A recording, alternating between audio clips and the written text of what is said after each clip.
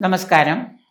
മനസ്സിനെ നിയന്ത്രിക്കുന്ന ത്രിപുര ഭൈരവി, മനസ്സിൻ്റെ 9 മനോവിഖ്യാതങ്ങളെന്ന് പറയും. നമ്മുടെ മനസ്സിന് 9 തരത്തിലുള്ള മനോവിഘാതങ്ങളുണ്ട്, വിഘ്നങ്ങളുണ്ട്.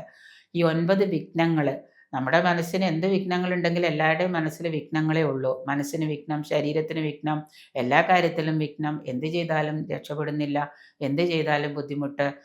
എന്താ പറയുക, യൂട്യൂബിൽ പറയുന്നവരോട് ദേഷ്യം, നെഗറ്റീവ് പറയുന്നവരോട് ദേഷ്യം, വീട്ടിൽ ചെന്നാൽ ദേഷ്യം, കൂടെയുള്ളവരോട് ദേഷ്യം, മക്കളോട് ദേഷ്യം, കൂട്ടുകാരോട് ദേഷ്യം. ഇങ്ങനെ നിരന്തരമായിട്ട് ഇനിയിപ്പോൾ ഒരു തൊഴിലിന് പോയാൽ തൊഴിൽ ചെയ്യുന്ന മേലധികാരിയോട് ദേഷ്യം.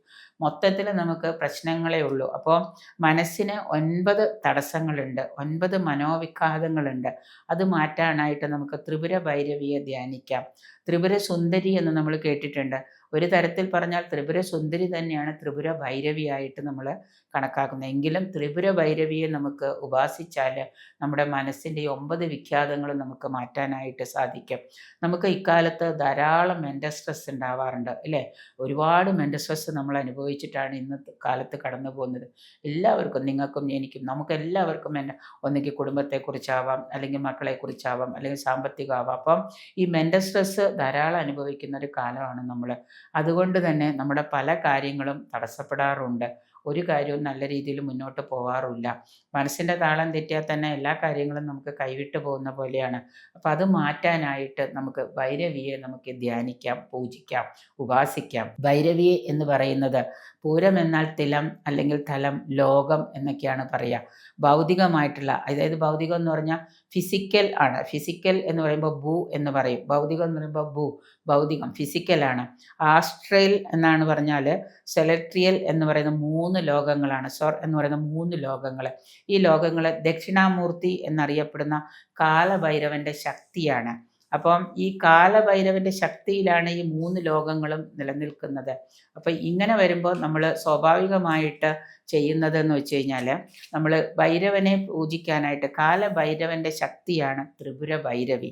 കാലഭൈരവൻ്റെ ശക്തിയായ ത്രിപുര ഭൈരവിയെ, കാളി എന്ന് പറയുന്നത് ഭയത്തെ ഹനിക്കുന്നവളാണ്. ഇപ്പം നമുക്ക് ഭയങ്കരമായിട്ട് എന്തിനെങ്കിലും ഭയമുണ്ട്, ശത്രുദോഷമുണ്ട്, ശത്രുപീഡയുണ്ട്, അല്ലെങ്കിൽ മറ്റേതെങ്കിലും തരത്തിലുള്ള ബുദ്ധിമുട്ടുകളുണ്ട്, ആഭിചാര ദോഷങ്ങളുണ്ട്, അതിനെ നമ്മൾ എന്താണ് ചെയ്യുന്നത്? കാളിയാണ് ഉപാസിക്കുക.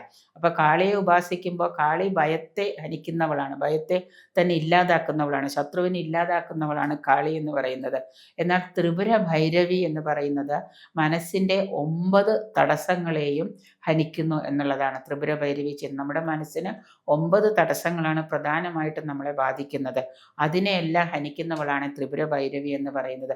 നമ്മുടെ രോഗങ്ങൾ, അയോഗ്യതകൾ, നമുക്ക് കഴിവുണ്ട്, പക്ഷേ എല്ലായിടത്തും അത് നമുക്ക് പ്രകടിപ്പിക്കാൻ പറ്റുന്നില്ല. അതിനാണല്ലോ ചിലർ ഈ പേഴ്സണാലിറ്റി ഇതിനൊക്കെ പോകുന്നത്. അപ്പോൾ അതുപോലെ നമുക്ക് ഒരുപാട് യോഗ്യതകളുണ്ട്, പക്ഷെ അത് എല്ലായിടത്തും എടുക്കാൻ പറ്റുന്നില്ല, അത് നമുക്ക് പ്രൊജക്റ്റ് ചെയ്യാൻ പറ്റുന്നില്ല. അപ്പോൾ അയോഗ്യതകൾ, അതുപോലെ തന്നെ സംശയങ്ങൾ, എപ്പോഴും മനസ്സിന് സംശയമാണ്, എപ്പോഴും പേടിയാണ്, ഒരു മതിവിഭ്രമം, ഒരു മനോഭ്രാന്തി പോലെ, അലസത, ഭയങ്കരമായിട്ടുള്ള അലസതയാണ്, ആസക്തി, പിന്നെ തെറ്റിദ്ധാരണ, അതുപോലെ യോഗാവസ്ഥ.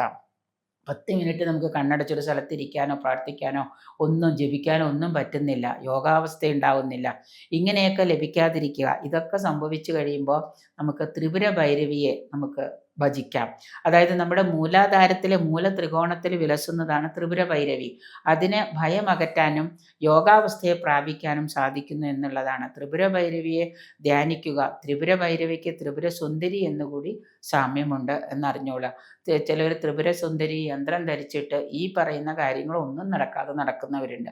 ത്രിപുര സുന്ദരി യന്ത്രം ധരിച്ചാൽ മാത്രം പോരാ, ഈ പറയുന്ന കാര്യങ്ങളും കൂടി നമ്മൾ ഇതിലേക്ക് നമ്മുടെ ജീവിതത്തിൽ 9 മനോവിഘാതങ്ങളെ മാറ്റാനായിട്ട് നമ്മൾ ശ്രമിക്കുകയും കൂടെ വേണം. ഇച്ഛാശക്തിയാണ് സ്വരൂപിണിയാണ്, ഇച്ഛാശക്തി സ്വരൂപിണിയാണ് ഈ പറയുന്ന ഭൈരവി. അപ്പോൾ ത്രിപുര ഭൈരവി മന്ത്രം ജപിക്കാനും സാധന ചെയ്യാനും വിധിക്കപ്പെട്ടുള്ളവർക്കേ അത് കിട്ടുകയുള്ളൂ. അപ്പോൾ അതുകൊണ്ട് തന്നെ നമ്മൾ നിരന്തരമായിട്ട് നമ്മുടെ ആഗ്രഹങ്ങൾ, തീവ്രമായ ഇച്ഛാശക്തി ഉണ്ട്. എൻ്റെ മനസ്സിൻ്റെ 9 ആഗ്രഹങ്ങൾ മാറ്റി, എനിക്ക് തടസ്സങ്ങളെയൊക്കെ മാറ്റി, എൻ്റെ ലൈഫിൽ എനിക്ക് ഉയരണം, എൻ്റെ ലൈഫിൽ എനിക്ക് ആരെന്ത് പറഞ്ഞാലും ശരി, എൻ്റെ ലൈഫാണ് എൻ്റെ പ്രധാനം, അതിലെനിക്ക് എൻ്റെ കുടുംബം, ഇതൊക്കെ ഉയരണമെന്നുണ്ടെങ്കിൽ നമുക്ക് ത്രിപുര ഭൈരവിയെ ഭജിക്കാം. അതിന് നമ്മൾ ചെയ്യേണ്ടത് ഇത്രയേ ഉള്ളൂ, ഇച്ഛാശക്തി ഉണ്ടാവും, തീവ്രമായ ഇച്ഛാശക്തി ഉണ്ടാവണം. അങ്ങനെ നമ്മൾ ആഗ്രഹിച്ചിരുമ്പോൾ ഗുരു ശിഷ്യൻ ഭാഗമാകുമ്പോൾ ഗുരു വരും എന്ന് പറയുന്ന പോലെ ഭൈരവിയെ നമുക്ക് ഉപാസിക്കാൻ തീവ്രമായിട്ടുള്ള ഇച്ഛാശക്തി ഉണ്ടെങ്കിൽ തീർച്ചയായിട്ടും എന്താണ്, ഈ പറയുന്ന സാധന ചെയ്യാൻ നമ്മളും വിധിക്കപ്പെടും. അപ്പോൾ നമ്മളിലേക്ക് അതിന് വേണ്ട ആ സൗകര്യങ്ങൾ വന്നുപെടും. നല്ലൊരു ഗുരുവിനെ കണ്ടുപിടിച്ച് നമ്മൾ വന്ന് ത്രിപുര ഭൈരവിയെ ഭജിക്കുക.